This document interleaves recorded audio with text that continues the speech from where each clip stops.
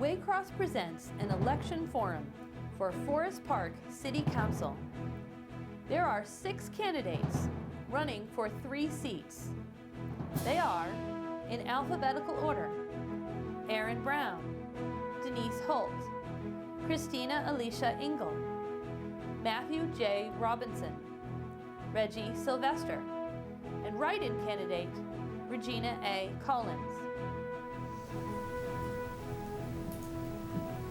Welcome to Waycross Election Forum. This particular election forum is for Forest Park City Council candidates. I'm Government Programming Coordinator Dana Gagnon, and I have in the studio with me Jenny Key from the Cincinnati Enquirer and Community Press. Thanks so much for being here. Glad to be here. Now we have with us today 4 of the 6 candidates for Forest Park Council. We have Aaron Brown, Denise Holt, Christina Alicia Engel, and Reggie Sylvester. Now, Mr. Robinson was sent a certified letter to invite him to participate, but he did not respond. Also, Regina Collins' name was added as a write-in candidate after our deadline for inviting candidates to participate. There are 3 seats open on council, and what we're going to do is we're going to start with your 2-minute opening statements. But before I get there, I'm just going to mention that if you are watching this program live on October 1st, you can email your questions in and participate in the program.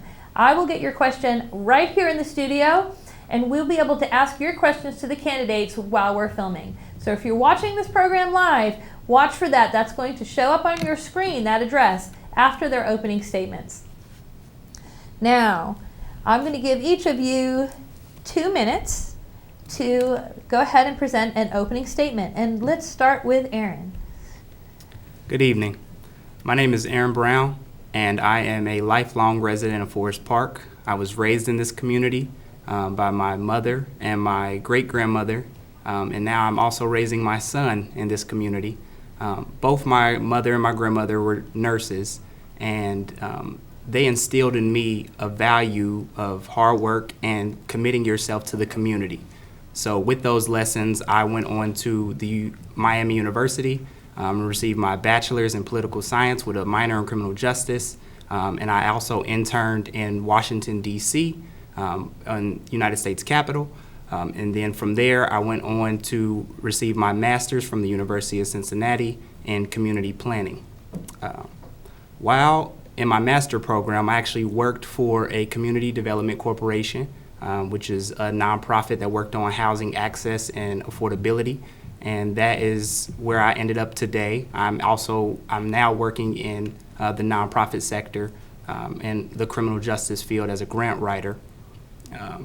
It really has taken a toll on me to see how communities can evolve over time, and as nonprofits play a large part of that development of those communities. So I wanted to take it a step further, and that's why I'm running for office. So I plan on bringing a new perspective and a new vision of Forest Park through 3 different ways. First, we're going to create more opportunities for people to get to know their neighbors.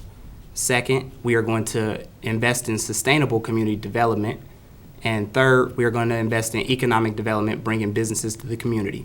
And I would like your help so we can reach that goal of having the public and government work together to bring a new vision of Forest Park. Okay. Thank you. And that brings us to 2 minutes. Thank you so much. And Denise? Good evening. My name is Denise Holt, and I am running for re-election to City Council in Forest Park. I am dedicated to fiscal responsibility, public safety, economic development, and Forest Park diversity. I'm a longstanding resident of Forest Park for more than 30 years. I live in Forest Park with my husband and son. I love my city, and I'm proud of it.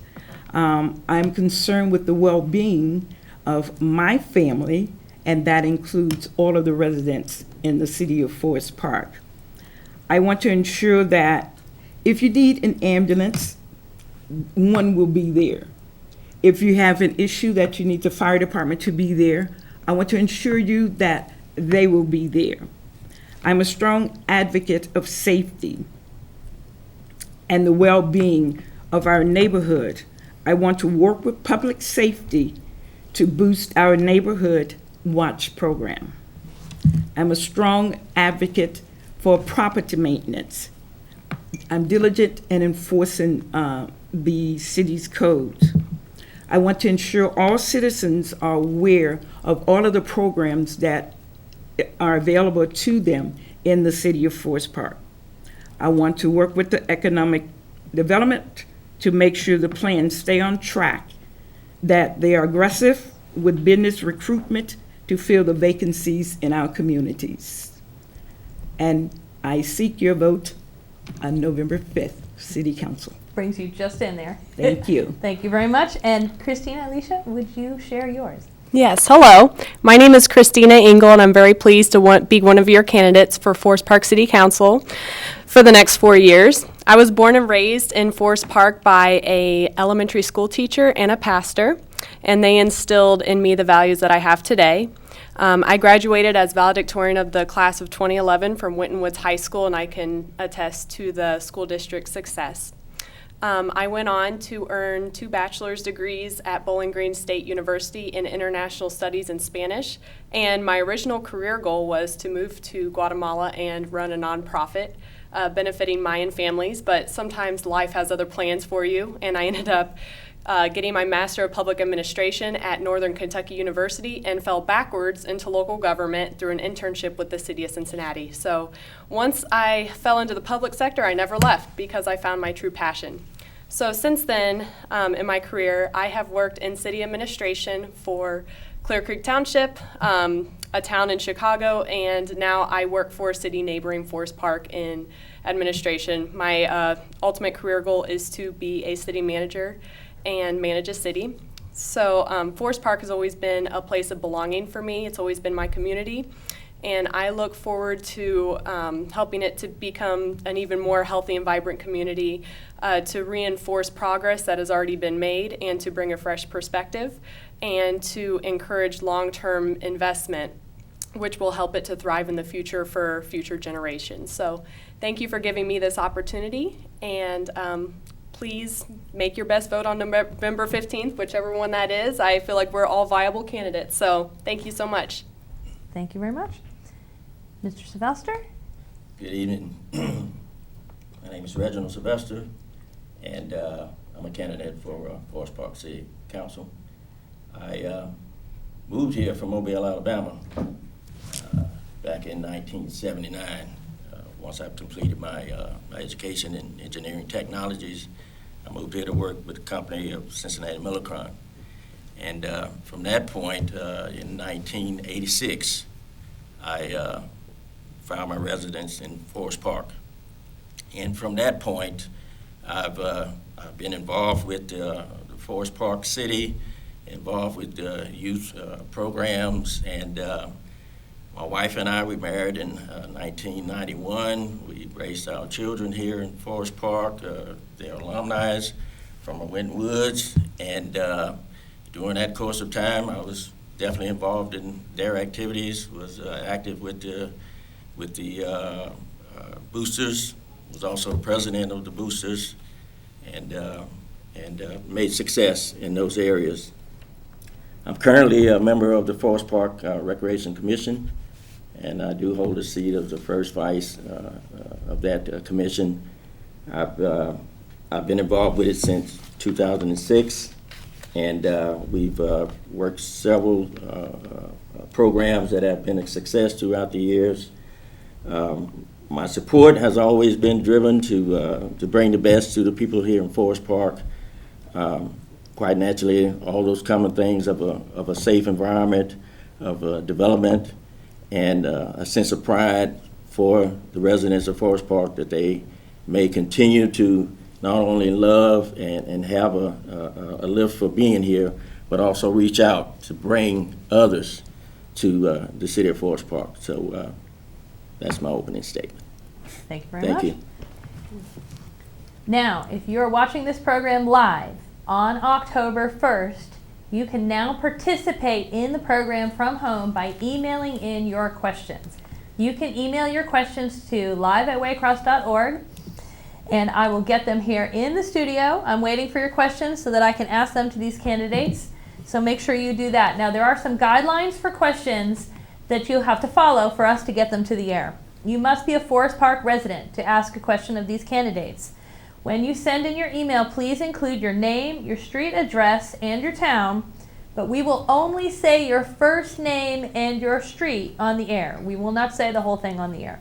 Questions must be phrased for all candidates, not just one. So let's get started.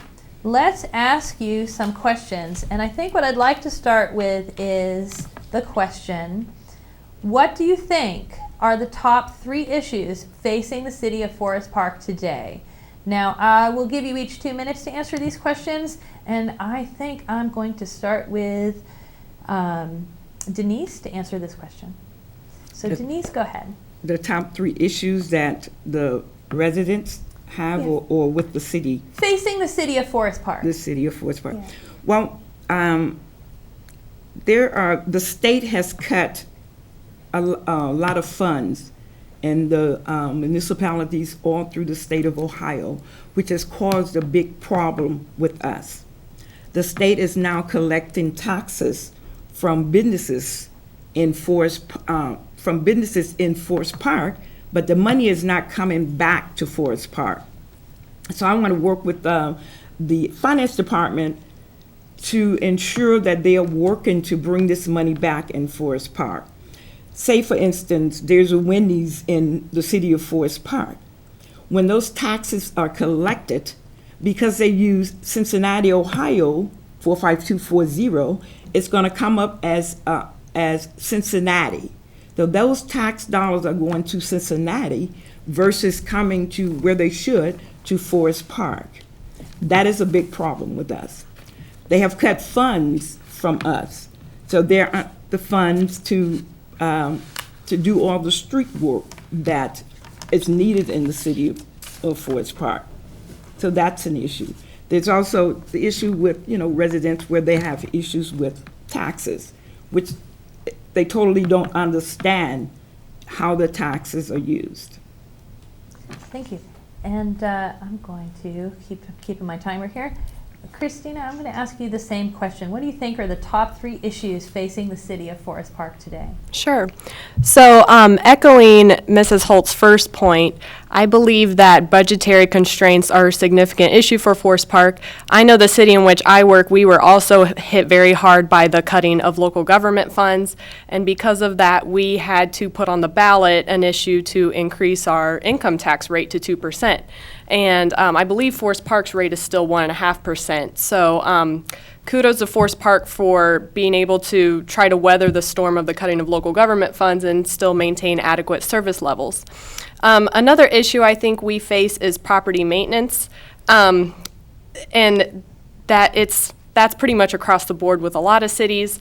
It's hard with the level of staffing that you have to deal with to have an inspector take care of all the property maintenance for an entire city, and Forest Park is a pretty sizable city for one property maintenance inspector to go around and cite people and get that done so that it looks like a healthy, well-kept community. So I think that's another issue that Forest Park faces. And finally, the third issue that I think Forest Park is dealing with is the loss of businesses. With the fall of brick and mortar retail, it's hard to both attract businesses and retain them in the city. So, again, it's with the new technological age, people are shopping on Amazon. So I believe that the city needs to come up with a strategy for how can we adapt to this new age of retail changing from buildings to online. Okay. Thank you so much. And Reggie, what do you think are the top 3 issues facing the city of Forest Park today? Well, not to piggyback off the previous comments, that the bottom line resource is the main entity for any community to thrive. One of the areas as I've witnessed over time, there's also a point of communication. And when you're speaking to others surrounding, and some may question you about moving into the city of Forest Park, that area has been weakened because, people would have a grievance of moving to Forest Park because of position of taxes and other areas of the surrounding development not seeing growth. So of the three, resources, definitely the key to have in order for things to advance. The growth of the city, have areas that would bring a magnet to people to say that they want to come here, which ties in with development. Okay, well, thank you very much. That's a great answer. And Aaron, same question to you. What are the top 3 issues facing the city? Well, if I had to nail it down to a few points, it would be number 1, taxes. A number of residents have expressed to me that they feel the taxes are very high, and that is something that the city needs to address. Number 2, it would be vacancy. Whether it's vacant buildings or vacant homes, people and businesses are leaving Forest Park, and that puts a higher tax burden on the rest of us to fill that gap. And then number 3, I would probably say recreation. There are a lot of people who live in Forest Park, but they feel like they don't have anything to do. So they're interested in that third place. So, you go home to rest, you go to work to earn money, but when you want that leisurely time, where do you go? So a lot of residents are looking for that in their own community. So if I had to really categorize it, if we could begin to address the vacancy, so if we could get businesses to flock back to the area, we can have more money or more revenue from earnings taxes. If we can have more people in the vacant homes in Forest Park, we have more people paying taxes, so it will alleviate a bit of that burden on the rest of us. And then from there, we could begin to have enough revenue in the general fund to possibly look into that third place, that recreation area for residents to have something to do. Excellent. Thank you so much. Now I will remind viewers, if you're at home, you can email me questions. I'm going to take a look, and I don't see any yet, so we're going to keep going. If you're watching this on October 1st, email me your questions, and you can get them in part of this program. Now I'd like to ask you all, why do you want to serve on Forest Park City Council? And of course we'll start with someone different this time. And this time I'm going to start with Christina. Okay. Christina, why do you want to serve on Forest Park City Council? Sure.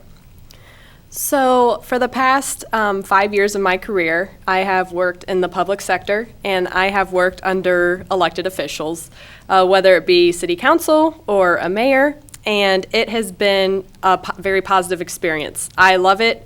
I look forward to serving my whole career doing it, but when this opportunity came up, I thought, let me see if I can serve my community using the experience that I've gained in city administration, and let me try my hand at being a public official. And Forest Park is very dear to my heart.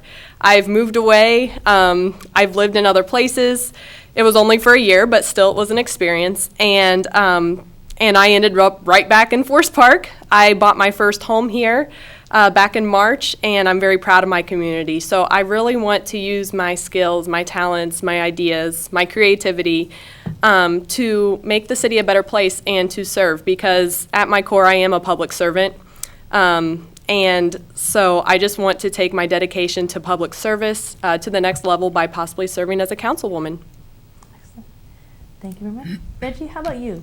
Why do you want to serve on Forest Park City Council? Well, I've been involved with the city for since 2006, as I mentioned earlier, and as I've raised my children, we was involved with the youth program, worked with various parents and throughout the surrounding community, and from that experience, it gave me a sense of pride, and also instilled some pride into my children. I have good continuity with the various friends and surrounding residents of Forest Park, and not just in Forest Park, but other areas. And I feel that I would bring a positive to the program, and that's why I'm running. Thank you very much. Aaron, I'll bring that to you. Why are you running? Well, I'm committed to the idea that government should work directly for the people. And when something goes wrong, say in your house, when a light bulb goes out, you don't leave and go buy a new house. You stay there, you change the light bulb. And I had opportunities to go other places and make a difference, but I wanted to start in the community that nurtured me, that raised me, and I feel like I can take my ability to not only work in the community, but with people. Everyone knows what the issues of Forest Park are, and you don't move somewhere else when things get tough. You buckle down and you do the work, and I'm committed to the idea that public servants should work directly for their people. So I'm really interested in the notion of servant leadership, and I believe that a government should reach out not only to other sectors like the nonprofit or business sector, because if you are in the community, you should want to invest in the community. And I'm in the community, and I thought that the best way to invest was to buckle down and do the work. Excellent. Denise? As I said before, I've lived in Forest Park for over 30 years. I have the opportunity, I can move almost any place that I would like to move. I love Forest Park. I want to work in the city in which I live. I want great opportunities for me. As things come to me, they're going to spread out into the community. People have issues about the taxes. I pay those same taxes. I want to work to get myself fixed. If everything comes my way, it's going to spread to the community. It's not just going to happen to me. So I want to do for the people in the community in which I live. I love Forest Park. And I want to be on council to see what's going on, to make a difference there, to try and fill in some of the gaps that some of the citizens might have, the questions that they might have, the problems that they might have, as I've done in the past. Fill that gap for them, explain to them, let them know why the whys, what, and when the whens. Thank you. Thank you very much. I know that a couple of you spoke about either residents or businesses exiting the city of Forest Park. So I'm wondering, what do you propose to keep people anchored in Forest Park, businesses and residents? What kind of things are you thinking about that would stop people from wanting to leave? And we're going to start with you, Reggie. To try to keep people from leaving, I mean, we have some surrounding areas that at one time there were businesses there, but now those areas are vacant. And you would say, okay, what happened, what has caused those businesses to leave? Quite naturally, I would believe resource of finance played a factor. Maybe how the cost of the rent or just the service provided around it. So if we're able to help bring back and fill in where those gaps are missing, from that point, the potential of adding and bringing on more growth and newness to the city, I think it would catch on. So, thank you. all right. Go to you next, Mr. Brown. Okay. Well, I think this is around the realm of economic development, and currently Paul Brim is the economic development director, and he does an outstanding job. He actually relayed to me, though, that a number of businesses tend to outgrow Forest Park. So we cap our space that's available for them around 60,000 square feet, and when they experience a lot of growth and prosperity in Forest Park, they want to increase that footprint. However, Forest Park, we're kind of a bit landlocked, so we need to get a lot more creative with with the businesses that are here and maybe potentially start to develop facilities that add on second and third floors. So businesses want to stay. In addition to that, businesses can grow in this area because surrounding areas have higher earnings tax, and we are around 1.5%. I know Cincinnati is at 2.1%. So there's a lot of opportunity for growth there. But then also on the residential side, Forest Park has established community and reinvestment area. So I think that if we can possibly approach maybe government funding so people can reinvest in their homes, maybe the facades, or build new housing like I know a lot of people have seen over in Springdale, and they just did, City Rama. We can do that same type of thing in Forest Park. Thank you. Denise? As he said, Cincinnati is basically a bed and breakfast community, and we are landlocked. So a lot of businesses are outgrowing Forest Park, but for the ones that Paul is reaching out to the city is offering assistance to help them expand, redevelop. They're trying to find new places, larger places for them to move.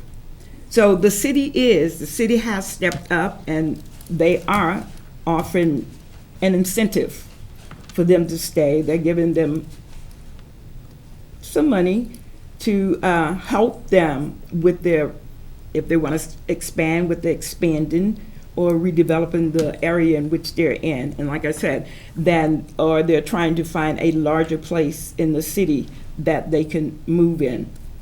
As far as residential housing, the city, we are planning to Milrose Station. There's phase 1, phase 2. It's in the process now of redeveloping or to start redeveloping phase 3. And I think it's going to should start sometime in January. And the houses there are going to be equal or larger than the homes that are in phase 1 and 2 of Milrose Station. That should bring in residents. And for people we have a lot of renters in Forest Park. We have a lot of absent property owners in Forest Park. To me, that's a problem. But I mean, there isn't much that we can do about a person selling their property, moving someplace else. A lot of people outgrow those homes. A lot of them retire, move out of the city, or what have you. But there's a lot of issues as to why residents are leaving Forest Park. Thank you. Yes. Christina? Many residents think that Forest Park is gloomy right now, but I kind of see Forest Park as making a comeback, and we're on the path right now. We're moving in that direction. Adaptability really is the key to a community's livelihood, and it's all about thinking out of the box, and looking at something that used to be prosperous that has declined, and then figuring out a different use for it. So one example is mixed-use developments. Liberty Center, there's one in Hamilton now, and I believe that Cincinnati Mall could possibly be turned into something like that. And so I think that would really bring new life to the city and help it to move into a new era. Cincinnati Mall will never again be what it used to be, and we shouldn't expect it to be because times have changed. So I think that just having a new perspective on how things should be, having a solid vision for the city is really important. I would like to see Forest Park get more plugged into Hamilton County to try to come up with a vision for where we want to move so that everyone can be cohesive and move forward towards that vision, because otherwise you are flailing in opposite directions trying to figure out the best place to go. So we have some community development block grants for rehabbing of homes. I would like us to try to see if we can get more funding for that.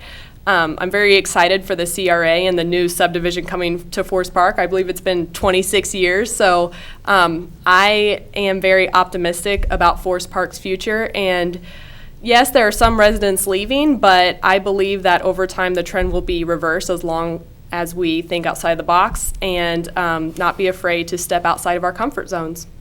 Thank you very much. One of the things we just talked about is vacant property and how to keep them from being vacant. In 2018, we saw some properties get rezoned so they could continue to be used and not be vacant when their purpose changed. We saw the underground building get taken over by the Red Door Church. Are there other places in Forest Park that rezoning could help a vacant property be filled? That you would know of? I am going to start with Christina on this. Well, I had referenced Cincinnati Mall. I believe it's zoned for commercial, it would have to be. So I think that it could possibly be rezoned as a mixed-use development where people could live, play, eat. It's right off the highway. It's easily accessible. It's right next to Fairfield. I feel like you could create wonderful living space there. Okay, great answer. How about you? Well, in thinking of that question, my thoughts were reflected to the Cincy Mill, but I believe that the area where the old Kmart used to be on Waycross in Hamilton, that at one time there was some area development was being looked at, but it kind of fell by the wayside. Thank you very much. Aaron, what about you?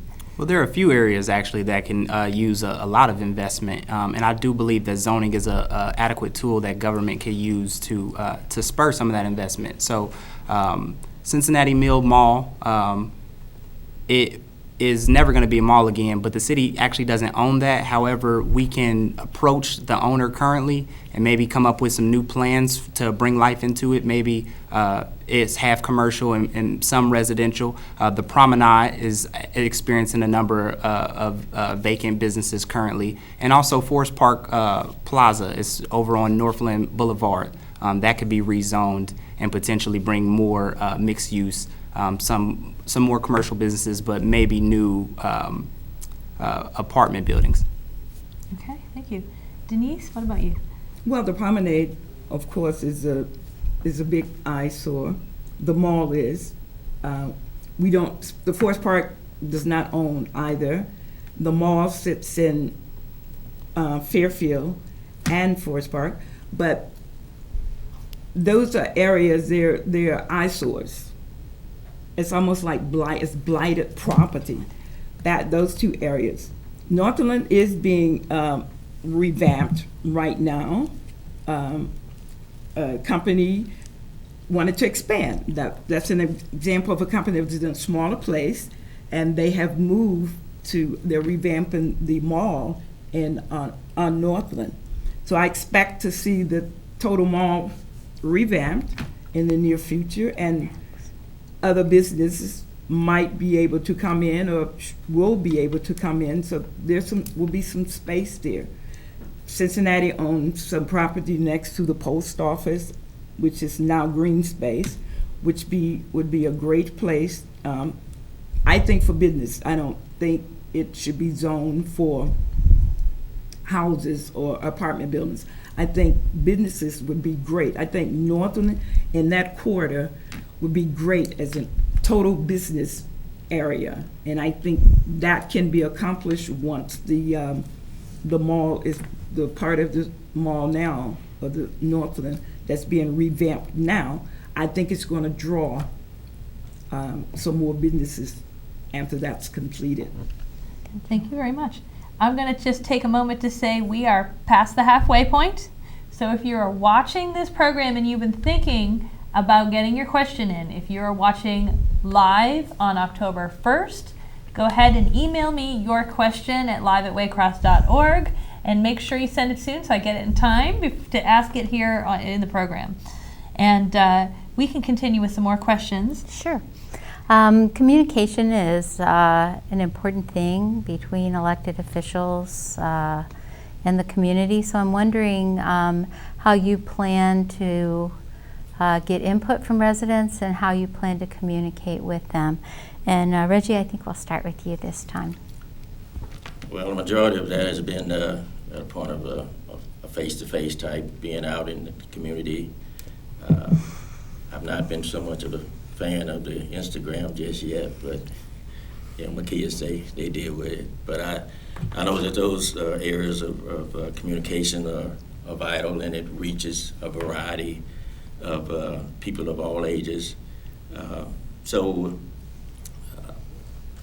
But I would believe that a face-to-face, or getting to a point to where you actually meet and see people, speaking to them, talking to them, to me that's the root of a source of presenting good communication, because you got an opportunity to speak face-to-face. But we live in a society where the Facebook, Instagram is taking toll, and most likely we'll have to really adapt in those areas, and we can, because I do work in technology. So. Thank you very much. All right. Mr. Brown? Yes, so Forest Park is also a community that is aging in place, and while social media does play a role in this fast-paced digital age, that will play a part. However, I think government needs to be accessible to people directly. So part of my platform, I want to create more opportunities where people can get out and know one another, just know their neighbors, and I think city council members should show up to those things. So possibly a monthly farmers market, just so we can spur small business entrepreneurship, and also just have that face-to-face time. Maybe changing the hours of council meetings, so more people have an opportunity to get off work, to be comfortable, maybe start dinner and then come over for a council meeting. And also surrounding communities use a lot of signage. So I think that we can start to stream more banners and not just have the marquee outside of the municipal building. Maybe start streaming a banner above around Winton and Kemper, so people know that, hey, a community event is coming up.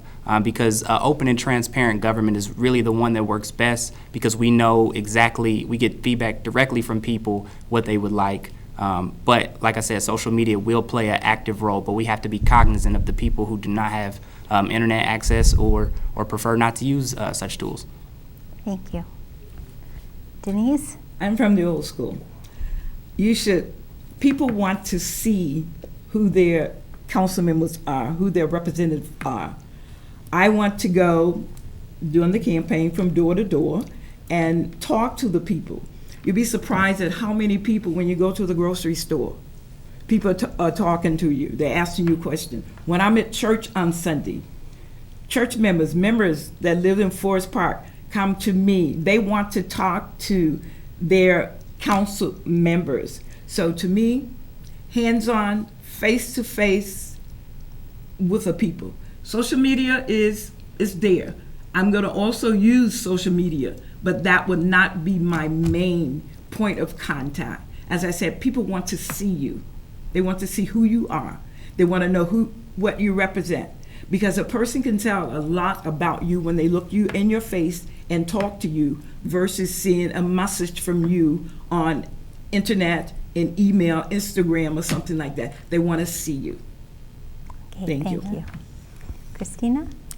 So I'll be the fourth to agree that face-to-face communication is key when it comes to communicating with the public. I've learned that on my job.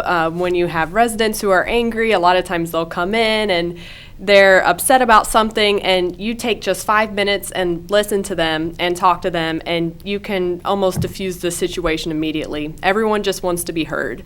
They want to know that someone cares. They want to know that you're sitting down and taking the time to talk to them and to address their concerns. So I think that's very important. And I think something that we can easily do in the city is have a lot more community events. There's community bashes. There are 4th of July events. Anything to really get the community engaged and together. I know Jazz in the Park, I went this past year, and it was phenomenal. It was great to see everybody, and it really felt like we were all part of a community. And I know a lot of hard work goes into community events, a lot of planning, a lot of overtime. But I definitely think it's worth it, and it's a way to attract and retain residents and businesses. So that's very important. And then, yeah, if we could have more electronic signs all over. I mean, we're all driving through Forest Park going to work. Anytime we leave Forest Park, we're driving. And so if we had more electronic signage around that says, hey, council meeting on Monday at 8 p.m., or we have, we have a 4th of July fireworks this time, this place, I think that would be very beneficial.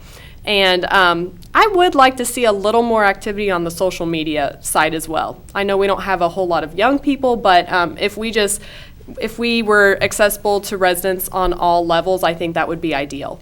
Great. Thank you very much. We have time for just a couple more questions. We're getting towards the end, but go ahead. You have some more to give. I do.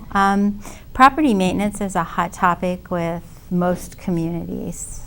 People are concerned about how their neighbors keep their property and how they're required to keep theirs. And so I'm wondering if you could talk a little bit about the city's property maintenance code, and does the code need to change, or do you need stronger enforcement? What can the city do around property maintenance to help the community feel better about how it looks? And Aaron, I think we'll start with you for this one. Okay. I actually think that the property code does need to be reviewed. There are a number of vacant buildings in Forest Park currently, and as we know, over time, if not taken care of, they can cause blight to an area and they can bring down the surrounding home's property value. So there does need to be a little bit more enforcement on the blighted buildings or buildings that are vacant and falling into disrepair, but community development block grants at the federal and state level, those should be pursued. And like I said, I am a grant writer. I'm currently writing a CDBG right now. That can be pursued so people can start to invest in their homes, because like I was saying, people are aging in place, and after a long time, that the conditions of the home might just a little wear and tear, but if we start to pursue a few grants so people can begin to put on a new coat of paint or manicure their lawns and things of that nature, that can really bring some vibrancy back to the community and have people take pride in the surrounding area. Thank you very much. Property maintenance is a pet peeve of mine. It's really, but since we have the new city manager,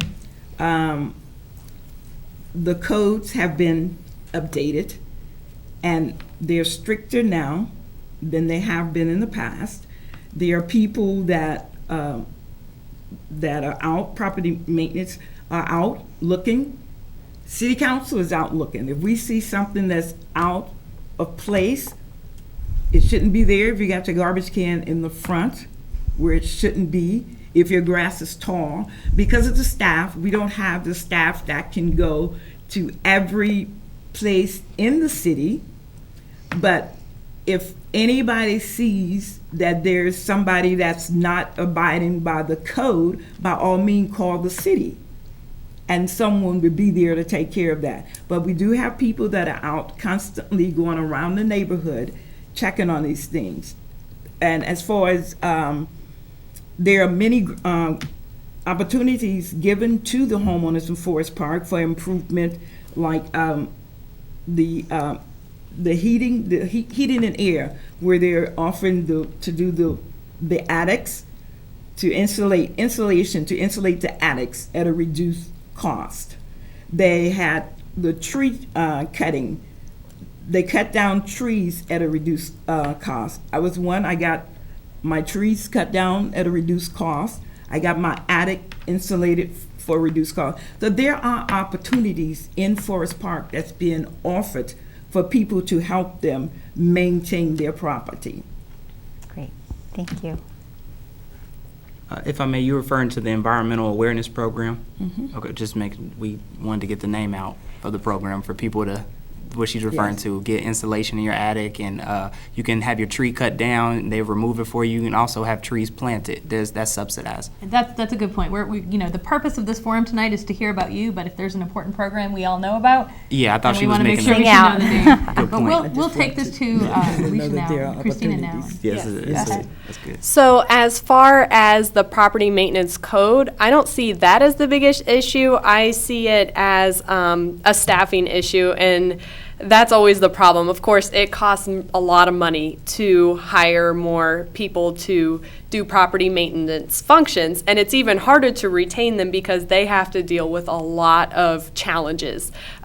Going to residents and telling them to cut their grass, it usually doesn't produce good results. It causes a lot of upset people, and you have to deal with a lot of conflict. So it's hard to hire property maintenance people, but also even harder to keep them around.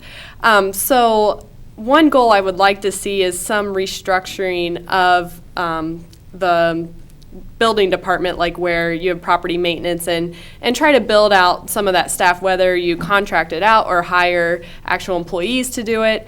So that's a significant challenge. But one thing that I found interesting while walking around Forest Park lately are the yellow signs. When residents are in violation of the property maintenance code, I feel like that is very impactful because it tells the community, hey, the city is doing something about it, but it's also a slight embarrassment to say, hey, if you don't cut your grass or keep up your property, everyone's going to know about it. So I think it's very important for us to have those grants available for home rehabbing.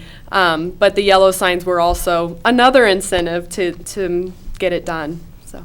But I want to say, with the yellow signs, before the yellow sign goes out, they have been forewarned. They have been given warnings before the sign go out. They just don't go out and put a sign out there. These are good. These are all important. As a matter of fact, we definitely can see that Waycross needs to do some more programs on this. Right now, I want to make sure we get to Reggie's answers for this. Man, I think the meat of it has been said in a way.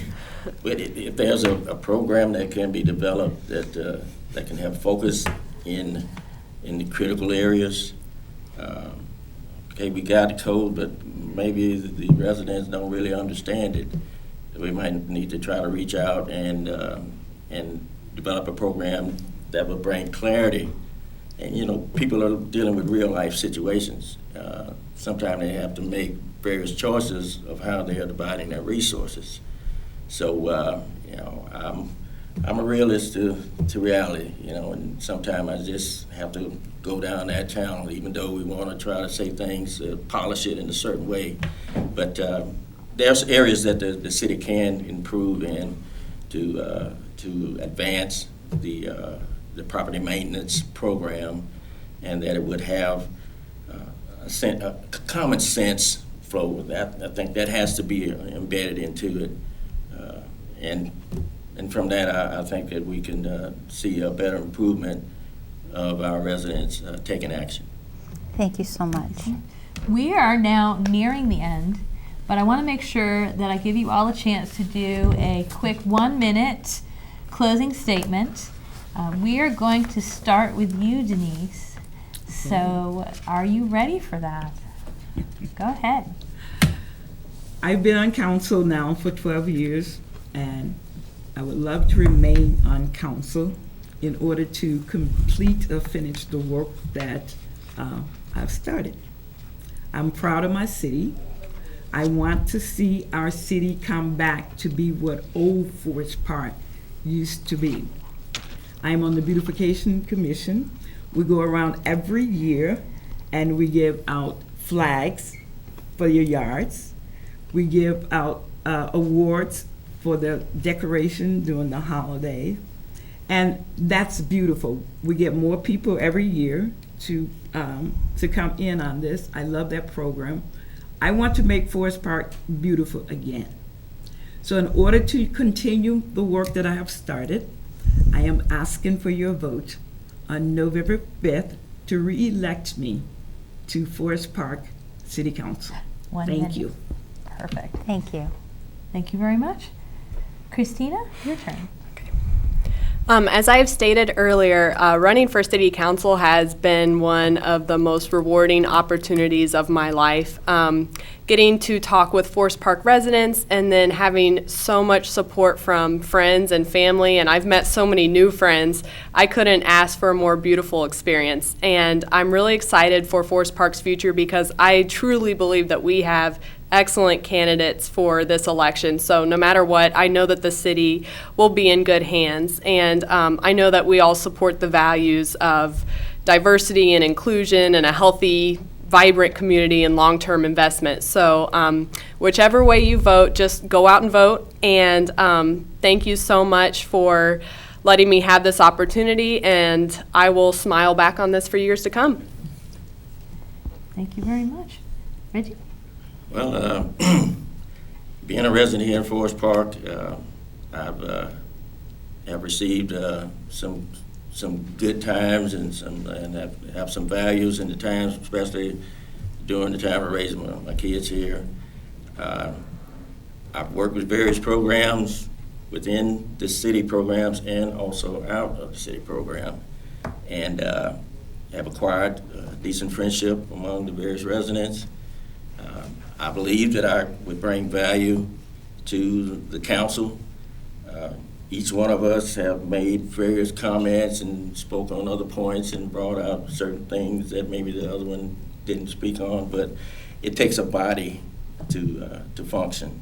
So as Christine said, we're all here because we have a desire to do a work that's positive for the city. So thank you. Thank you. And Aaron? Forest Park is a wonderful community with a long, rich heritage that I believe needs to be celebrated. This community raised me and gave me a lot, and I believe that I need to give back to it. I'm thankful for the opportunity to go door to door and meet face to face with residents, because people who live here, they want to invest in their community, and they know the issues, but they know where it can go, what it could become. And currently, it can be greater in the future if we work together. And I believe that government that listens to people, that elected officials that listens to the people about what they want, about where we should head towards as a community, that's the most effective type of leader. Like I said, I believe in the concept of servant leadership, and I believe that representatives should be public servants and listen to the people so they can build the community for the better. And I would welcome your vote this November. Thank you. Thank you. Well, I want to thank you all very much for joining us. Clearly, we had lots to talk about, and we have more questions that we're going to run out of time before we can get to them. And really, you are all ready to just kind of start educating the citizens of Forest Park about programs, and so I appreciate that. I want to thank you at home for joining us as well. That means you want to be an informed voter on November 5th. If you need more information before you vote in the upcoming election, you can watch all of our election forums online at www.waycross.tv. You can also go to the Hamilton County Board of Elections website to make sure you are registered. You can look at a sample ballot. You can find out where your voting location is. That's votehamiltoncounty.org. Make sure you register to vote by October 7th. That is the deadline, and vote on November 5th. See you at the polls. I'm Dana, this is Jenny Key, and thanks for joining us. Good night. Waycross takes no positions on candidates or issues. We conduct these forums so that our viewers may be better informed voters for the November 5th election.